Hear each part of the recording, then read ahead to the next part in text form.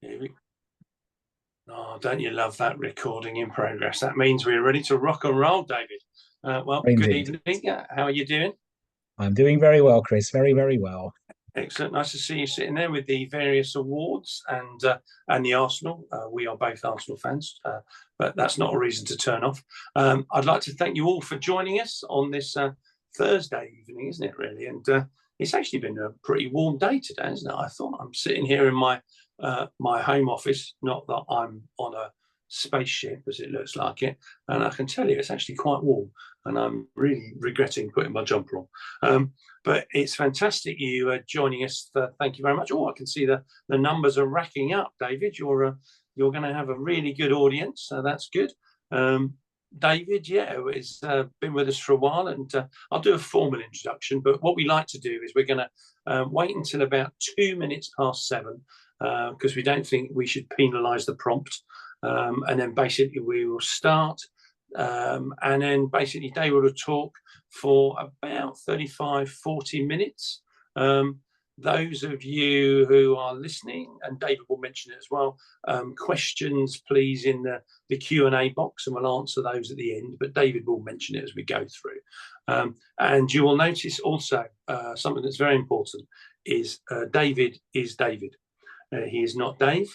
And it is always a great one. It's a bit like a marketing ploy, isn't it, David? We know that when anyone rings up to speak to Christopher Strevens, we know it's someone trying to sell us something. And when everyone talks about Dave, we know exactly the same. David is a David. I don't think I've never known you as a Dave. And it's very funny, isn't it, when people do call you Dave? Yeah. Because we both, if we're together, we both sort of go, oh, they don't know him. They don't know him. Right, here we go. 2 minutes past 7. So welcome. Thank you for all of you for joining. David Brewer. Well, if you don't know David Brewer, then you should do. David Brewer is by far the guru of dental finance. I think I can say that, David. You're not allowed to say no because you are. I will happily accept that compliment, Chris. Good man. I've known David for actually a bloody long time, actually, because we used to be competitors when we were both bank managers. David is the most efficient man at getting loans. If David cannot do it, then the answer is it cannot be done. And one of the only good things that really came out of the 2008 financial recession was David used to work for RBS and was their sort of dental star. And the good thing was that because of the recession and RBS, who didn't do so well in that moment, David came to join us. And whereas Andy, my co-owner of Frank Taylor's, had been completely dreadful at sorting out finance for new buyers, David came and revitalised and did it properly. So David started FTA Finance 2010, wasn't it? So that's 14 years, isn't it? And a sort of previous version has been going on for much longer, but we won't talk about that one. And the good thing is that David and his team have basically turned FTA Finance into the largest broker for dental loans in the UK, which means not only does he know what he's doing, more importantly, he knows who to go to, and more importantly, which we can't really say, but I'm going to say it anyway because I'm allowed to, is that we can sometimes get preferential terms. Would that be a good way of saying it, rather than rates or anything? But sometimes because of the volume that David does and the way that the deals are so brilliantly presented, it means it's easier for the banks to say yes. And that's about it, really, David. I think people have probably had enough me yabbering on, so I'm going to mute myself, stop my video. If you'd like to start your screen share, and off you go. And as I say, please, if you have any questions and answers as we go through, just put them in the box and we'll sort them out at the end. Thanks very much. Over to you, David. No problems. Thank you, Chris, for that very kind introduction there. Hello, good evening, everybody. Thank you very much for giving up your Thursday evening to listen to me today. As Chris mentioned, today's presentation is very much a beginner's guide to arranging finance and funding to purchase your first dental practice.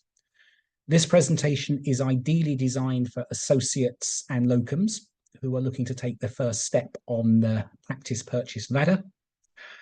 So the presentation, it will last between 30 and 40 minutes. Shouldn't be any longer than that, but there will be an opportunity for questions at the end. And I believe if you have got a burning question as I'm going through the presentation, there should be a button where you can just type your question and Chris will log it and will raise it with me at the very, very end of this talk. So during this presentation, I'm going to give you some tips on where to start. So take you right back to the very beginning of the purchase process. I'll give you an idea as to what you should be looking out for when you receive details of sales prospectuses through the details of practices that you're starting to look at. And then I will touch upon the most important area of the banks as well, because for the vast majority of you, probably 99% of you, it is quite likely that you would need bank finance of some shape or form. So I'll touch upon the all-important banks. So a little bit about ourselves here at FTA Finance. Now, Chris has covered a fair bit of this already, but just to explain a little bit about who we are and why I'm doing this presentation today. FTA Finance, we are independent FCA registered brokers. We're not linked to any one bank or any one lender. We are whole of market. So we work with all of the high street banks who have a dental lending policy and a number of the smaller niche lenders as well. Now, it's important that we are whole of market because every bank and every lender is different, as I will come on to a little bit later on today. Now, whilst I've been with FTA Finance for 14 years, the company has actually been in existence for 20 years, and we're celebrating our anniversary, our 20th anniversary next week, next Wednesday, actually, of all dates. In a typical year, we deal with the best part of 200 funding proposals. The vast majority of those are for first-time buyers, such as yourself here on this call. Of those 200 proposals, 95% are approved by at least one of the lenders that we approach. The 5% that aren't approved is normally because there's information that we weren't made aware of at the beginning of the application process. But just to give you a rough idea, 200 in a year, we've been doing it for 20 years, 200 times 20, that's the best part of 4,000 customers who we've set on the route to practice ownership over the past 15, 20 years. And you guys here on this presentation today, hopefully you will be the next customers that we work with to help you achieve your dream of practice ownership. Again, before I dive into the main presentation, I just want to dispel a few myths here as well, because there's a big difference between market perception, what people think is going on in the market, and market reality, what is actually going on in the market. Top of the list, I've got who is buying, and mainly comes to why are the goodwill values so high at the moment? And the goodwill values have remained high over the past 5 or 6 years. They have shown no signs of dropping. Market perception is that it's corporates. It's corporates with their very deep pockets, with their bottomless pits of funds, outside investors coming in. They're the ones that are buying up all the practices. That's why the goodwill values are so high. The reality actually is very, very different. For the last couple of years, the corporates have not been buying at all. And if anything, the corporates are disposing of practices. The buyers at the moment, the vast majority tend to be first-time buyers. The vast majority of the sales that go through Frank Taylor's and the other agents are first-time buyers. The challenge is there aren't enough practices on the market to keep demand with the people who are buying. So again, the laws of supply and demand, there's not enough supply, but there's a lot of demand, the price goes up. And that's one of the main reasons why goodwill values are so high. And why are there so many first-time buyers? It's mainly because as associates and locums, and you'll probably know this already, you're actually really vulnerable in your current position. The salaried nurse, the salaried hygienist, the salaried cleaner within the practice have got more job rights than you as, in most cases, self-employed associates or locums. If your current principal sells their practice or wants to change working styles, for you as associates and locums, they could tell you to go. They can change your terms with very, very little notice. a new buyer takes over, they may want to be in there full time. They may want to replace you. They will give you notice to leave. They can't do that with salaried staff, or it's not very easy to do that with salaried staff. But for associates and locums, it's very easy. So you're incredibly vulnerable. And a lot of you know this, and this is why, well, firstly, you're on this presentation, I'm sure, but also why there are so many buyers at the moment. The next one, NHS or private. Again, I hear it a lot from first-time buyers that they actually think that they have to buy an NHS practice or a predominantly NHS practice because that's what they think the banks want to see. Because with NHS, there is steady income, and that is correct. But the reality is very different. The banks have got no problems lending on a private dental practice. If I was buying, and again, it comes down to personal choice, but if I was buying, if I was a dentist, I will be going for a fully private suburban practice, just because I know with a fully private suburban practice, I can be in control of pricing, opening hours, and everything else. I appreciate some of you here would prefer the stability of NHS, but just to let you know, it doesn't have to be NHS if you're looking to arrange a loan through the bank. They will lend on private. And the final point, are the banks still lending? Well, the reality is, yes, they are. You know, customers seem to think with the credit crunch, with the cost of living, interest rates going up, inflation, that the banks have started to pull back in terms of their help and assistance. You'll be pleased to know the reality is different, particularly for the dental sector. So I'll come on to a little bit later. The banks have got a green light attitude when it comes to lending to dentists. They are absolutely lending on goodwill. They're lending against leases as well. So you're in a good position at the moment.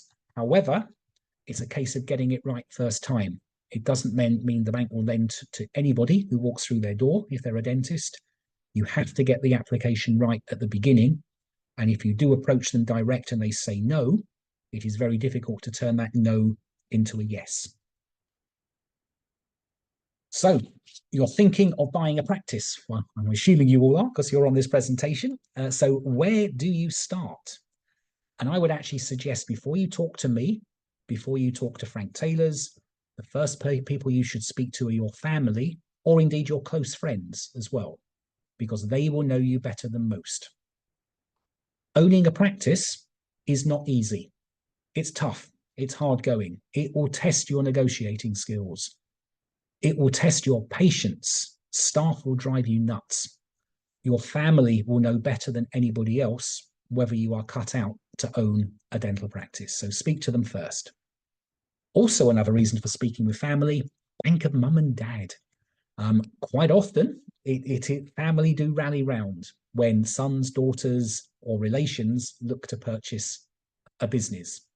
So it may well be, if you let your family know what you're doing, they may be able to come up with some of the deposit that you need towards the purchase.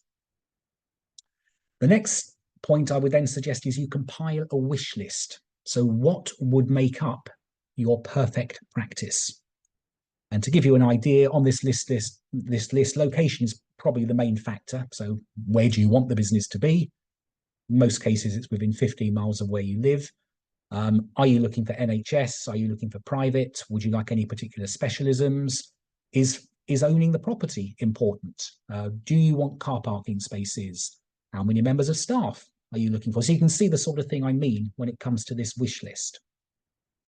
Now, when we do these presentations face to face, because we quite often travel around the country, and if we're in a local hotel, one of the last ones we did was in Harrow, northwest London, and I then told people what would be my ideal wish list, my ideal practice, which would be a 3-chair, mixed, but mainly private, freehold practice with car parking in northwest London, because I live near northwest London. Of the 20 people in the presentation, funnily enough, I think 14 of them had exactly the same points on their wish list. So that practice probably does exist. The challenge is that practice will be incredibly expensive. Again, it's supply and demand. The sales agent will know that type of business is going to be incredibly profitable and incredibly popular. And as a result, the goodwill value will be much higher. So you will have to compromise in most cases. Location is the one factor. At one point, I would see if you can be more flexible on, but it's the more difficult one to be flexible on. The further away from London, from Birmingham, from Manchester, the further away from the main cities you get, the greater the opportunities you will have, the better the value for money, because the prices will reduce. A three surgery practice turning over, I don't know, £750,000 in Northwest London is likely to cost you in excess of £1 million for the goodwill. A 3-chair practice turning over 700,000 in Cornwall will probably cost you 600 to 700,000. So be as flexible as you can to get better value for money. Your perfect practice probably does, it does exist, but it's expensive. If you compromise, have maybe 3 items on your wish list. Once you buy the business, you can turn it into your ideal practice over time. The next important point to cover is basically how much can you borrow? So to be pre-assessed, and I'll come on to that in a later slide, just by asking you a few simple questions, I can give you a feel as to how much you can borrow, which in turn can steer you in the direction of suitably sized practices. Register with specialist dental sales agents. Now, you're on a Frank Taylor and Associates seminar here, so I'm hoping you're all registered with Frank Taylor's. If you're not, make sure you do in the morning. However, and Chris, close your ears at this point, as an independent broker working with a buyer, I would also suggest that you Google specialist dental sales agents, because there are others out there as well. Some you may know, some you may not. I would suggest register with them all, so you've got a whole of market overview of practices that are coming to the market. And finally there, spread the word. You need to be a little careful here, because you may not want everybody to know your plans, but depending on your relationship, maybe with your current principal, maybe share your thoughts with them. And it could well be that they are thinking of selling in the not too distant future. And most people who are selling quite often prefer to sell to somebody they already know, or somebody that they can relate to. So you may strike your current owner at a good time where they're thinking of selling, you're thinking of buying, an ideal fit. So the next question, how much can I borrow?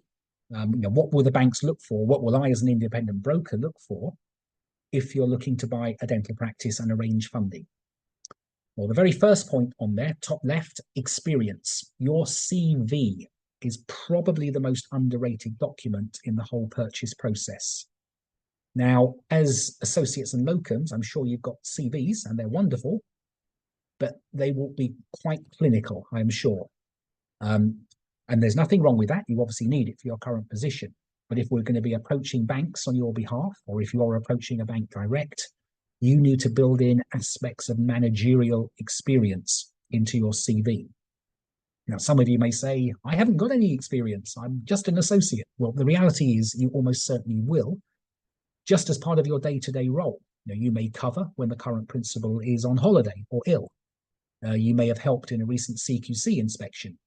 To be honest, even if you haven't, stick it in your CV, because it's very rare that this point is checked.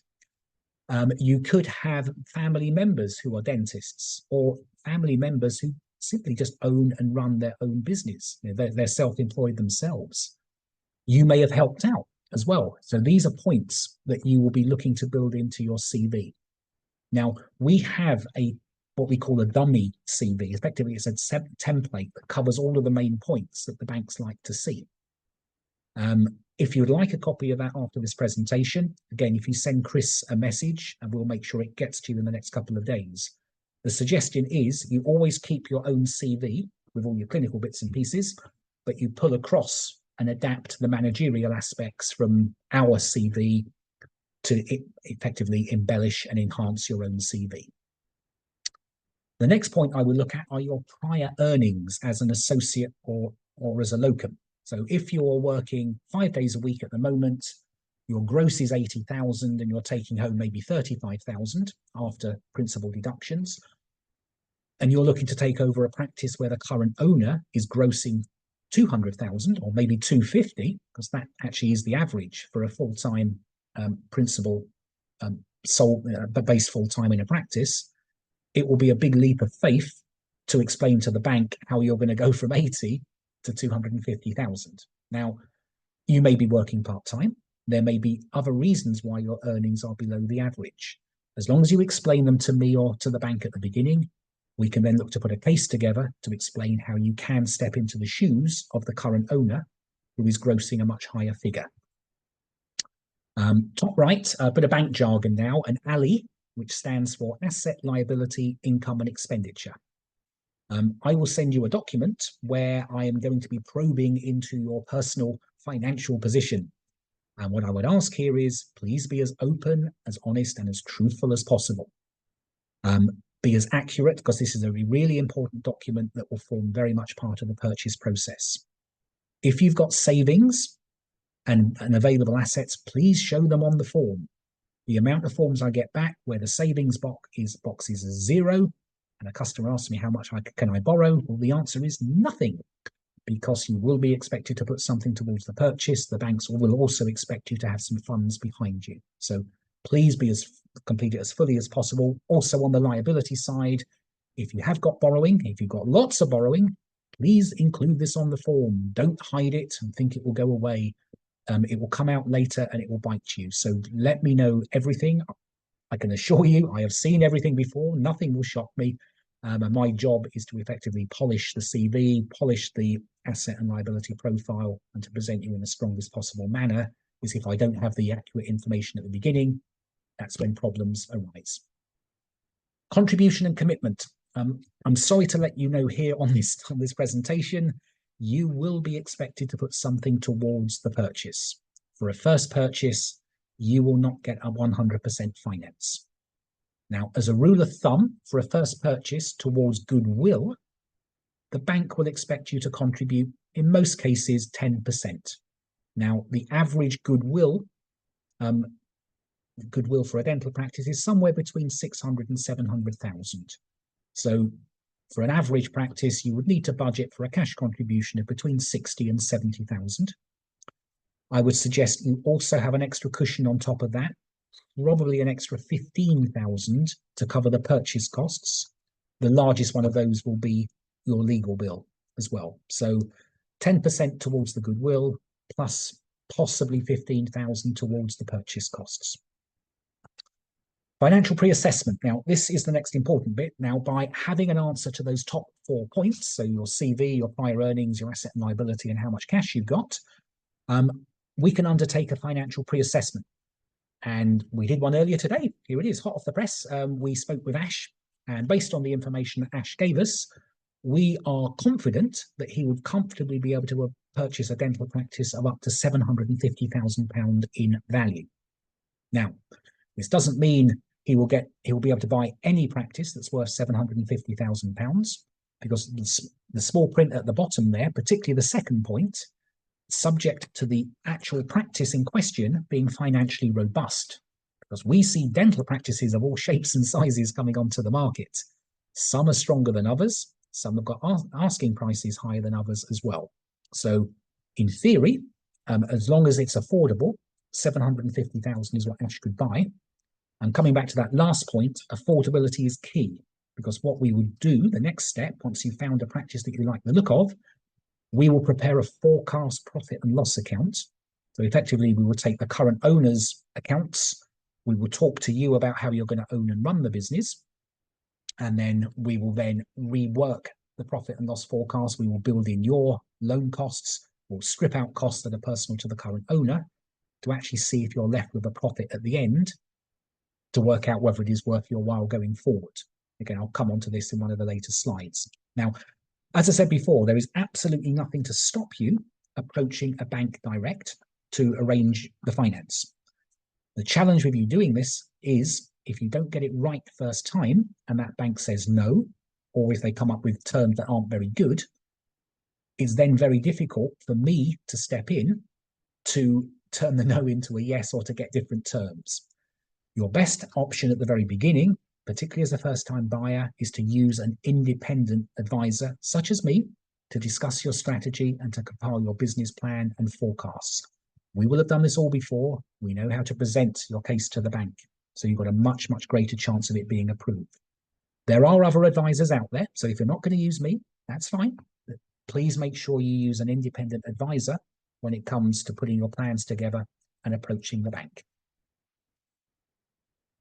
So I'm assuming you're still looking to buy a practice, you've registered with the agents, and you're getting details in your email inbox every day of new practices that are coming to the market. So in a typical week, probably if you've registered with every agent, you'll probably get 2 or 3 from Frank Taylor's and maybe 3 or 4 from all of the other agents combined. And the first thing you'll do is compare the headline figures with your wish list. Location is probably going to be the main point that you look at. And I would suggest as long as you can tick off 3 points from your wish list, then it will be worthwhile exploring further and getting the financials for the practice. So the financials then come through, and what I'm looking for in these accounts are stability, consistency, and most importantly, to ensure they're actually up to date. There's nothing more annoying than receiving practice details where the financials are over 2 years old, because they're actually no good, because a lot has happened in the last 2 years. And it will be very, very difficult to get finance or even to undertake an assessment. Now, we're almost, where are we? We're nearly September 2024.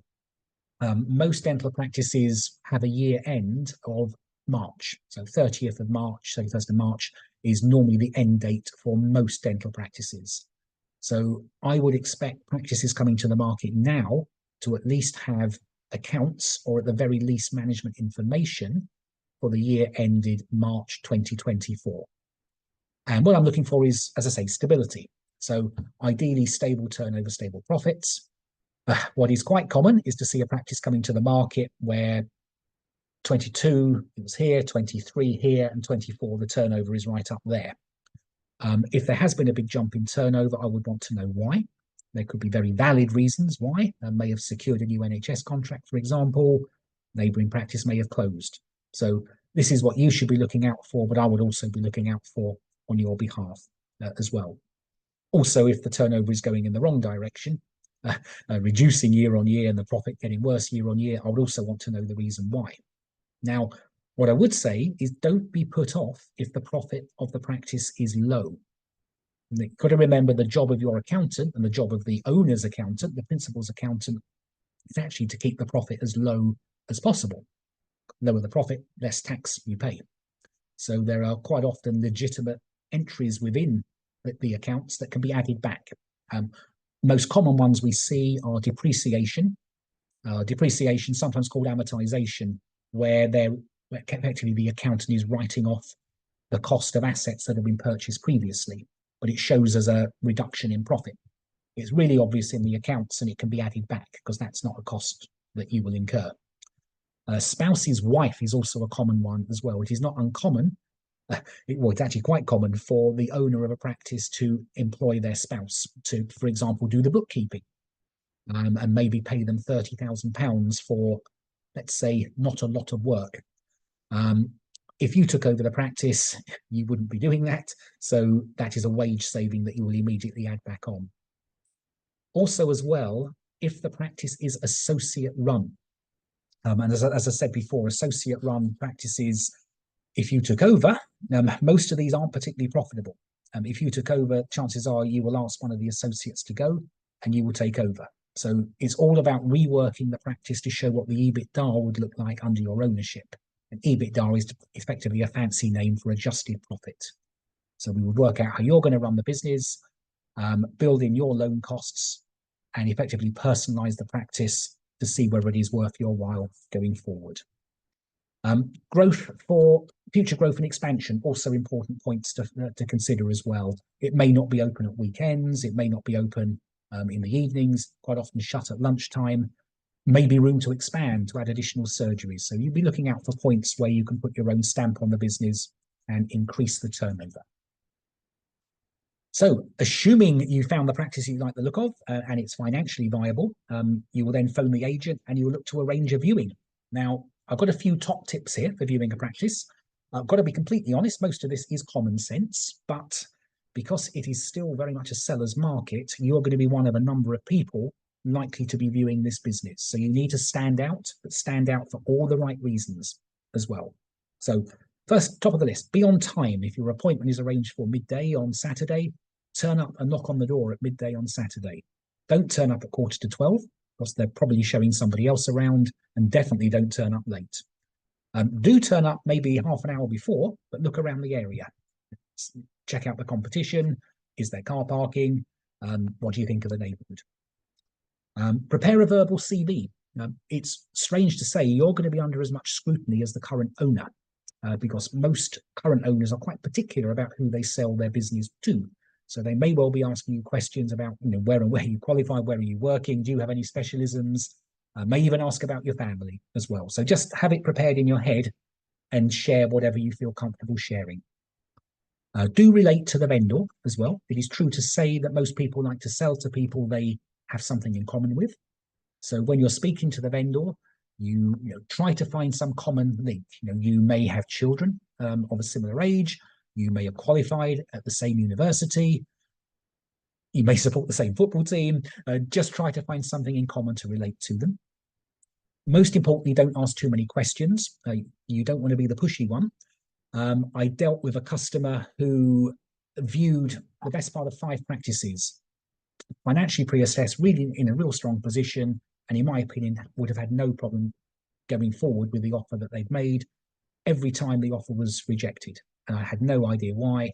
And I actually asked them, what do they do? What happens during these viewings? It's great. I come out with this great big list with about 20 questions, and I give it to the vendor there and then.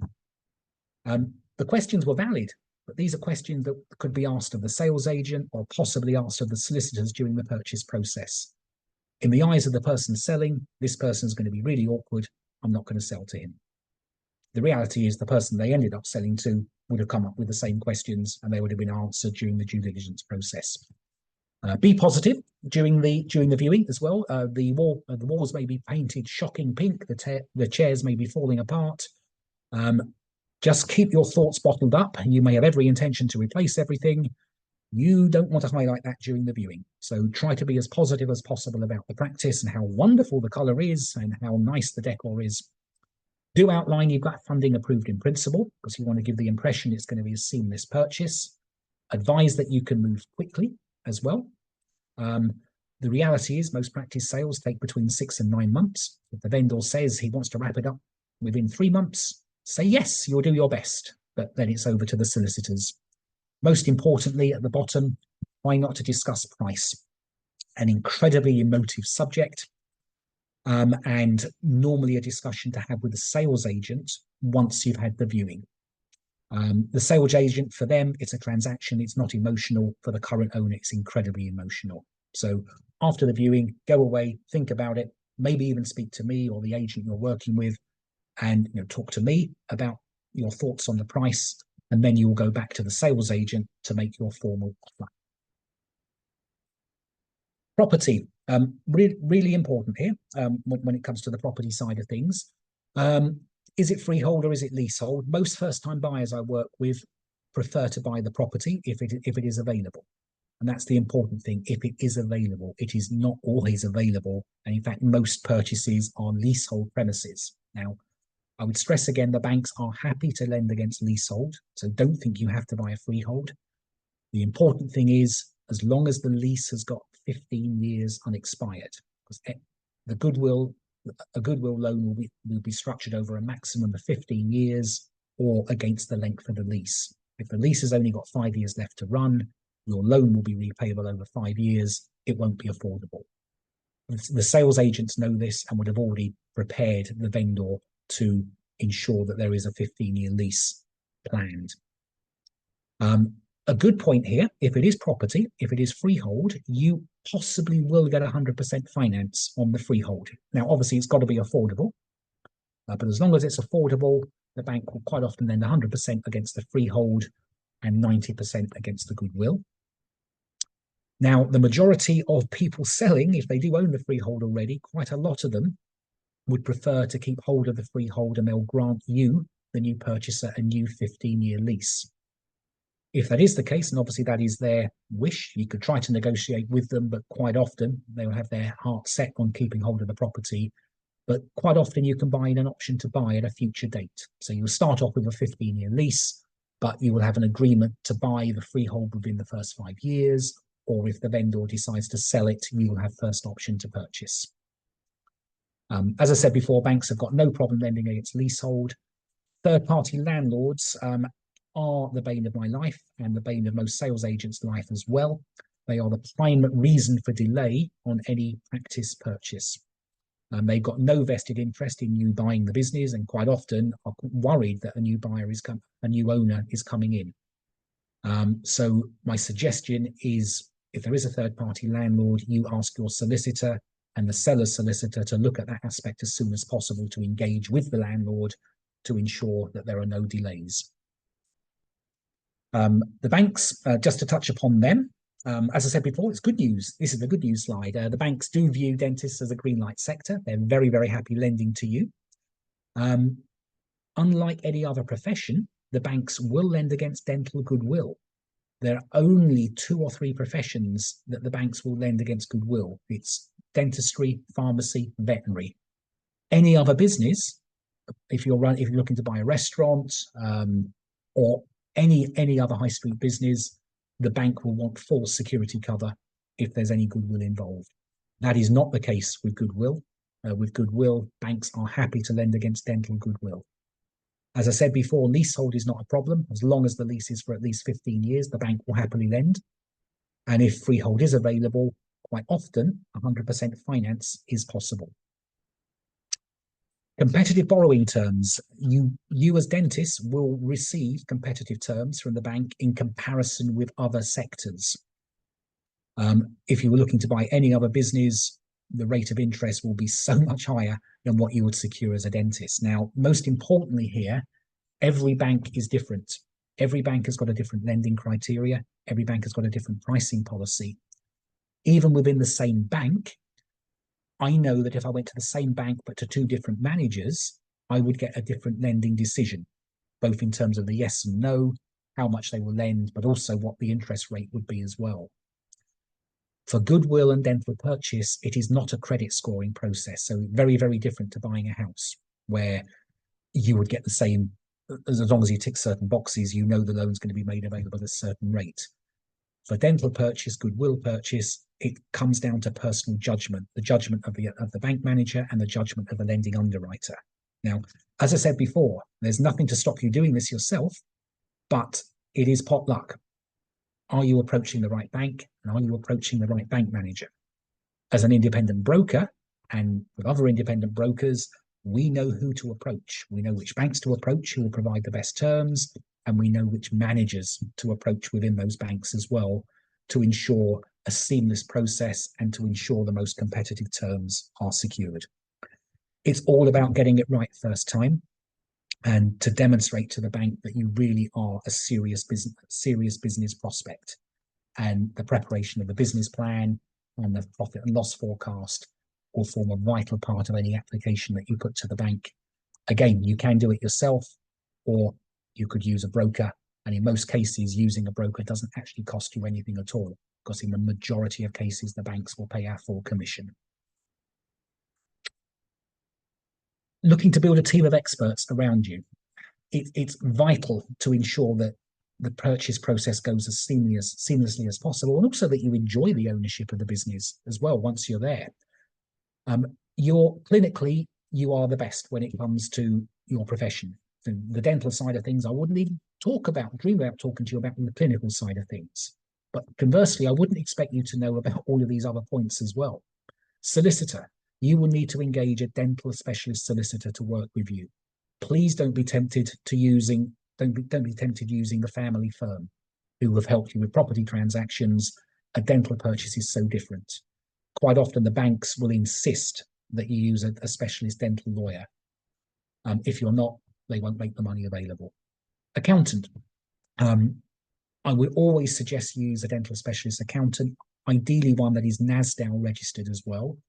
As associates and locums, probably less important, but once you come to actually owning the business, having a dental specialist accountant on your side will add so much value and can come up with tips, suggestions, and hopeful tax savings that you and I have never even heard of before. CQC. This is one of the biggest delays in practice purchase. The CQC application process can take 4 to 6 months, and it is a pain beyond belief. There thankfully are a number of experts out there who can handle the CQC application on your behalf. They, for me, are worth their weight in gold. They truly are. So if your offer is accepted, once the purchase process proceeds, I would strongly encourage you to engage an expert to actually prepare the CQC application. Independent business advisor, particularly during the purchase process, that's me or somebody like me who can give you an independent whole of market overview and to do the hard work on your behalf. The dental sales agent, that will be the likes of Frank Taylor and Associates or some of the other agents. Do speak to the staff there. Do speak to the customer services staff there. Let them know who you are. Let them know you're in a strong position. Because quite often, if you've offered on a practice, the seller will quite often ask the sales agent, what do they think of such and such? And if you have given the sales agent a hard time for whatever reason, that could well be conveyed back to the current owner. If, however, you are polite and have been pre-assessed financially as well, the sales agent will convey that and possibly a greater chance of your loan being approved.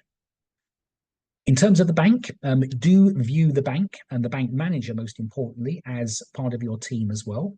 With most of the lenders we work with, you will be allocated a relationship manager who will look after you, not just during the purchase process, but will be there for when you own the business, in case you have you have funding needs down the line. And once you become a practice owner, recruitment consultant. Your biggest headache, as I said before, would be staff. And be ready for that Monday morning phone call when let's say your nurse or your hygienist or possibly your associate has fallen ill and they can't come in. You've got a full book. You need staff in there, locums urgently. So you will have a recruitment consultant on speed dial. It's all about easing the burden and ensuring you enjoy the ownership. So I'm coming to the end, so almost 45 minutes. So in summary, not good news for you guys. It is still a seller's market. But most importantly, because of that, you need to stand out from the crowd. The fact that you're on this presentation today already sets you apart from a lot of purchasers. You're clearly committing an evening to hearing about practice purchase. Financial pre-assessment, that is key, just to know where you stand, how much you can potentially borrow as well. And that will also stand you in good stead when you place an offer and when you speak to the sales agent or to the vendor. As I said at the beginning, be flexible with that wish list of yours. If you can be flexible on location, you will get much, much more opportunity and hopefully better value for money. Also, don't get disheartened. I quite often have customers who have their heart set on a particular practice, they offer on it, and their offer's not accepted. It's then doom and gloom. I have them on the phone almost in tears. And again, I have the same spiel that I give to them, very similar to what I'm saying here. The right practice is out there. And funnily enough, quite often in 2 or 3 weeks' time, they come back with an even better practice. And that's the one they end up getting in the end. So it's karma. If it's not accepted, if you don't get the first one, it's for a reason. That right practice is out there. As long as you're patient, you will get there in the end. That is the end of my presentation there. So Chris, I guess I'm back over to you at this stage. I'm back, David. Yeah, if you want to stop your screen sharing, then people can see you in beautiful Technicolor. Hello, there we go. Excellent. I love that, David. I think it's reassuring for people to know they can borrow money, and I think it's important to realise that they need to do it in an efficient way. I mean, we're both ex-bankers, and I can only echo what David says. My banking was a long time ago, but people seem to think that they can hide stuff sometimes, and the answer is don't hide it. Explain it, and also I think one of the things you mentioned, David, at the beginning was one of the things I always used to find was people forget they save money for tax, don't they? But because they've saved money for tax, they sort of don't think of it as their money. So therefore, when you say that question, have you got any savings? They go no, and then you say, well, have you got any tax money? They go, oh yeah.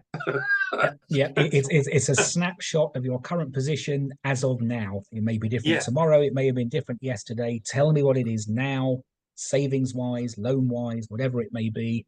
If there's a bit of extra commentary that comes with it, talk to me, because my job is to reflect you in the best possible light.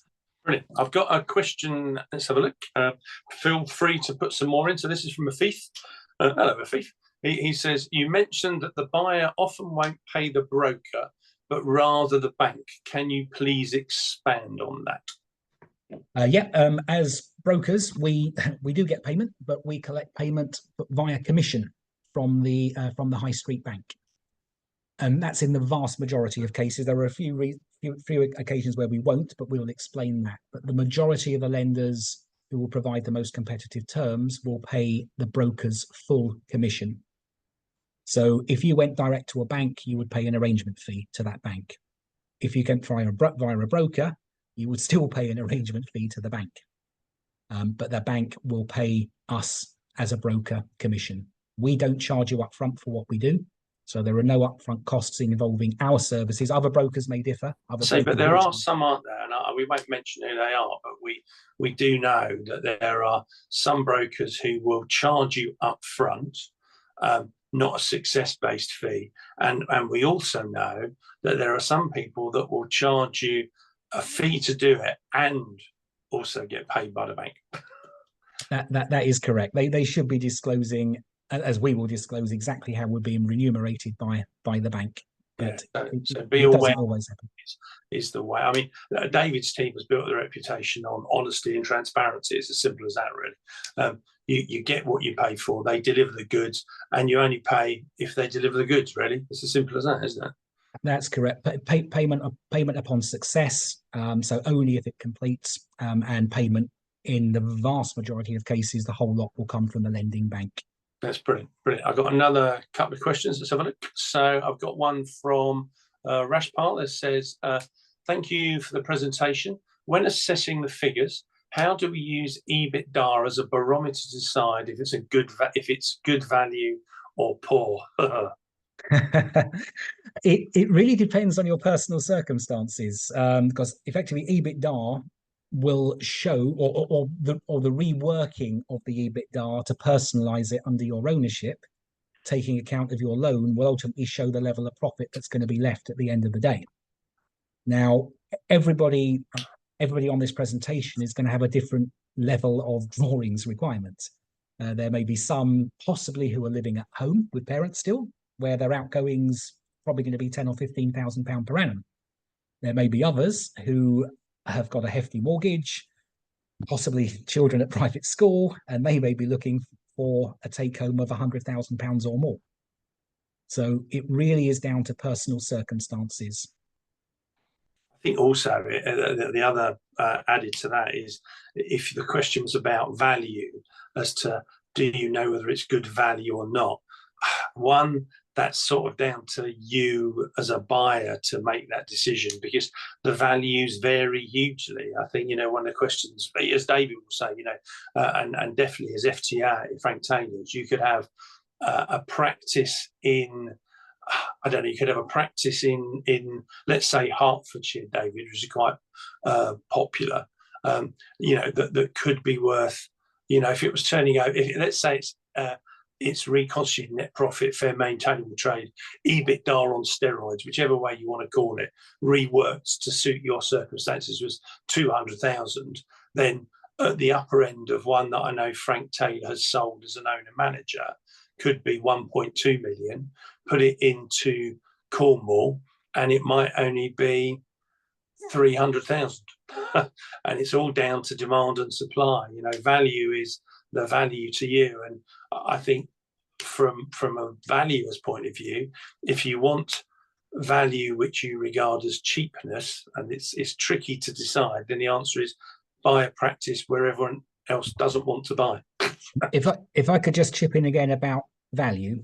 Value is very subjective. There's no such thing as a correct goodwill value. Chris will have his opinion, I will have mine, you will have yours. In honesty, the only one that counts is actually the bank, and the bank will engage their own independent valuer to assess the goodwill value and or the freehold value of the business. So that will ultimately give you comfort that you are buying at market value. Yeah. So I'm not saying whether it's the right price or the wrong price. It will be market value, and if the bank value comes in lower than the agent's value, you will have the opportunity to go back and negotiate with said agent. Whether said agent or vendor is willing to compromise is a different thing. But the sense check for you will be the bank valuation, because the bank will always engage their own independent assessment. Yeah, and I think Frank Taylor was saying the other day, the guys, Frank Taylor's was saying that I think out of the last 20 or something, 18 have come in online. Yeah, so as David says, it's a good independence. That value is what you want to pay for it and where you want to be. If you go away from where everybody else is looking, guess what? They're cheaper. It's the classic demand and demand and supply curve. Let's have a look. Got some more questions. One of them was, how do we get in touch with you? The easy thing is we will send you a copy of the presentation probably next week now. But if you want super eager, you can go to the web and find FTA Finance and get in touch with David that way. Nice and easy. It's also, it's not just me. I'd be overwhelmed if you all come to me at once. We're a team of 5, so we're all ex-bank managers and are poised and ready for any inquiry. Here we go. I've got a thief here. He's got, what's the difference between EBITDA and reconstituted net profit? Do you value dental practices using the latter? And can I answer this one, David? And the answer is we do the latter, basically, because EBITDA is a very restrictive earnings before interest, depreciation, tax, and amortization. And as David says, if you happen to be paying the spouse of the seller £50,000, well, you might want to take them on, but it's highly unlikely. So reconstituted profit would be better. There we go. What else have we got? Here we go. We've got one from Seika. Apologies if I pronounced that incorrectly. This was, thanks for a great presentation. And how do we get a copy of the template CV you talked about? I presume probably either send an email to Frank Taylor's, and we will forward it on to David and his team, or contact David directly. And yet again, you can go to FTA Finance on Google search, or what's your email address, David? David.brewer at FTA, I can't remember now, FTA Finance. No, Josh, can I put the slide back up again? Yeah, put your slide back up. Is that okay like that? Yeah, so take a screenshot of that or a little picture, whatever you want to do, and ask David. He'll do it for him directly. What else have we got here? I've got another question that is interesting that you mentioned the bank has valuers. Does FTA have their own valuers for practices? If so, how do they differ? Do you mean FTA Finance or FTA? Frank Taylor Associates, I can answer that one. And the answer is, yeah, we do have valuers. The only difference is that we're not on a bank panel, and the bank valuers are on the bank panel.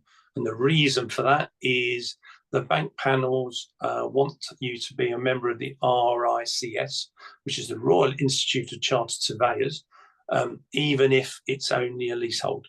And because we don't value freeholds, we're not on bank panels. We used to be, but after the financial crisis, where one benefit was we got David, downside was that we were no longer allowed to be on bank panels. But as David says, the proof of the pudding is really in the practices that Frank Taylor values, and also other agents value. There's always a bank value that's also almost like your sanity value, wouldn't you say, David? Yeah, it's a double check to effectively give you, the buyer, the comfort that you are buying at market value, and they are truly independent. There's about 5 or 6 bank panel valuers that we see more often. And the ridiculousness of it really is, from Frank Taylor's point of view, it only gets paid. It's a bit like David, really. Frank Taylor's only gets paid by the seller when the deal completes. David only gets paid when the deal completes. So from an FTA point of view, there's absolutely no point overvaluing dental practices, because you just don't sell them. And if you don't sell them, we don't make any money. We've been doing it for 35 years or something. Otherwise, you go out of business. And that's why I always think sometimes when you see lots of practices on the market, the danger is that they're overvalued. And when the bank valuer goes in, it will fall apart. So yeah, any more questions from anybody? I'm conscious that time is ticking on. I'll give you a couple more seconds to type away. Looks like the answer is no, David. So I'd just like to say thank you so much, David. It's I always think it's great. I mean, I've heard David do this. I have no idea how many times. But what I love is the fact of it does change. There's probably about 90% of it, which is the same as the first day as you is now, because it's banking, isn't it? It's banking and borrowing money. But there's lots of little variances and subtlenesses and tweaks that unless you know, I think David mentioned it. For me, if you know that there's someone who knows who the specialist is, so David is a specialist. He has knowledge of the specialist bank managers. So if you were doing, would you send someone to have an endo treatment for someone who's never done an endo treatment before and expect a really good outcome? Whereas you can refer David is your endo specialist who knows the really good endo specialist to refer to. And the answer is he gets great results. Or was it 95%, 96% of approvals? And the ones that aren't are either they didn't tell the truth or they were never going to get there. But in a way, you don't want 100%, do you? Because that means you're just doing the easy ones. You want to do the ones on the edge. And we love challenges as well. You know, our job is to polish the proposal to fit it into a format where the bank's going to say yes. You see, David and his team, unless you've ever worked in a bank, credit people are different. The people who review credits are a different type of animal than David and his team. But David and his team know how to work with those people to present it in the best way. I've got one more question. I'm just going to see what it is. And it's basically from the Faith, and it says, it sounds like the soft skills or interactions have a massive effect in transactions.